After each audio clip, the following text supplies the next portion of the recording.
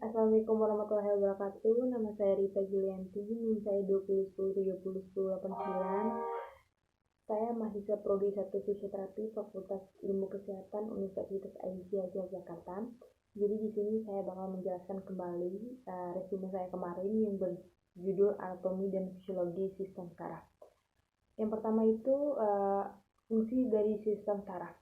Saraf memegang peran utama pada hemostasis, menjaga sistem tubuh lain terkoordinasi dan teratur untuk mencapai performa yang optimal dan membantu seseorang terhadap lingkungan internal maupun eksternal.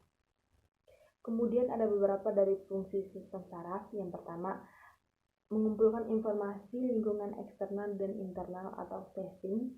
Yang kedua, memproses informasi dan membuat keputusan atau tindakan atau yang biasa disebut dengan intervensi. Yang ketiga, mengarahkan tubuh untuk menjalankan keputusan tersebut atau yang biasa disebut dengan acting. Kemudian, struktur dari sistem saraf. Yang pertama, sistem saraf terbentuk dari beberapa neuron atau sel saraf. Yang kedua, neuron tidak bisa dilihat tanpa mikroskop. Beberapa saraf bisa dilihat dengan mudah. Kemudian yang ketiga, saraf yang memanjang dari kaki sampai ke otak bisa panjang mencapai 2 meter. Yang keempat, sistem saraf terbagi menjadi 2 sistem utama. Serta yang terakhir, sistem saraf pusat central nervous system terdiri dari otak kecil dan sumsum tulang belakang atau chorda spinalis. Kemudian ada otak atau encephalon. Otak adalah organ yang paling komponen dalam tubuh. Otak dibagi menjadi 4 bagian: cerebrum atau otak besar, diaphragm, batang otak, dan otak kecil. Kemudian ada peripheral nervous system, di mana sistem saraf terdiri dari 12 pasang saraf karnial yang membawa impuls antara otak dan area kepala, leher, dada, dan perut. Kemudian sistem saraf atau overview atau ilmu biomedik dasar. Neuron dan jenis sel kedua mungkin, tapi meskipun ini sering dengar kata neuron dalam pembelajaran sehari-hari, sebenarnya yang ada di dalam tubuh kita itu jumlahnya lebih banyak dibandingkan neuron. Jadi apa sih yang sebenarnya yang membedakan antara neuron dan neuroglia? Itu apa? Apa sih? Kita mulai dengan neuron dan sel-sel sistem pada saraf kita yang berfungsi untuk mengirim sinyal-sinyal. Ini maksudnya gimana? Ya, misalnya kalau kamu mau menggerakkan tangan kamu, berarti otak kamu akan mengirim sinyal melalui neuron kamu ke otot tangan kamu agar tangan kamu bisa bergerak. Atau misalnya pada saat kamu meraba sebuah permukaan yang kasar, misalnya permukaan kayu yang kasar, maka neuron-neuron pada daerah kamu jadi akan langsung mengirim sinyal ke otak kamu, serta dapat menginterpretasi bahwa permukaan kasar. Jadi neuron ini berfungsi sebagai message atau pesan atau mengirim informasi itu berupa sinyal. Nah, perbedaan dengan neuron yang biasa mengirim sinyal, kalau neuroglia itu nggak bisa mengirim sinyal, akan berperan sebagai semacam silinder. Nih, orangnya lagi kerja keras mengirim sinyal ini bakal ngasih nutrisi atau oksigen ke neuron. Dia akan mendukung dan juga melindungi agar neuron dapat bekerja secara optimal. Nah, sel-sel saraf kita di dunia dan neuroglia tadi akan tersusun sedemikian rupa di dalam tubuh kita, sehingga sistem saraf itu memiliki 2 sisi, sistem saraf pusat dan sistem saraf tepi. Dan sistem saraf pusat ini terdiri dari 2 struktur, yaitu otak dan sumsum tulang belakang.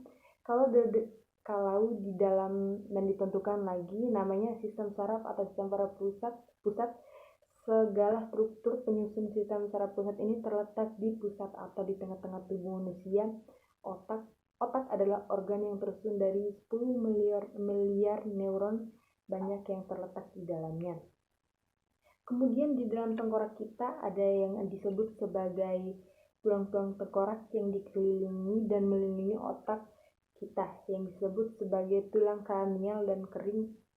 Terdapat 8 jumlah buah tulang karnial yang terletaknya itu di daerah belakang bawah kita, sebut saja sebagai tulang oksipital. Dan pada bagian tulang oksipital ini terdapat sebuah foramen atau lubang-lubang, dan foramen ini yang biasa kita sebut sebagai ornamen atau maklum. Itu artinya besar menjadi foramen, maklum berarti lubang yang besar.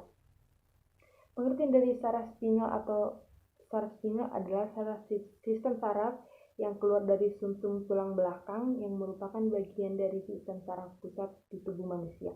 Kemudian fungsinya untuk mempersarafati otot leher dan bahu, kulit, kepala, dada, dinding abdomen atau perut genitalia, luar punggung, bokong, dan kaki. 12 spek spinal terdiri dari 12 pasang tulang leher, dan 5 pasang saraf pinggang, 4 pasang saraf pinggul atau sakral, dan 1 pasang saraf ekofilal. Itu terdiri dari yang pertama saraf serviks atau saraf leher terdiri dari 8 pasang C1 sampai 8. Yang kedua saraf kontraks atau saraf punggung terdiri dari 12 pasang, yaitu T1 sampai dengan T12.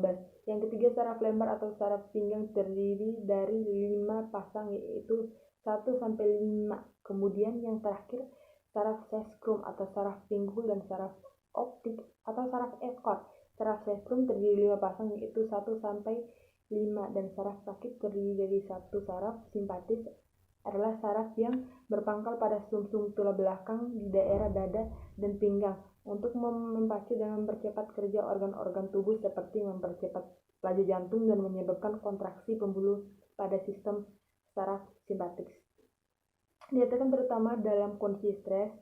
Saraf simpatik adalah saraf yang berpangkal pada sumsum lanjutan dan dari satu merupakan preganglion dan postganglion, fungsinya untuk memperlambat kerja organ-organ. Sekian hasil resume dari saya. Wabillahi taufiq wal hidayah. Wassalamualaikum warahmatullahi wabarakatuh.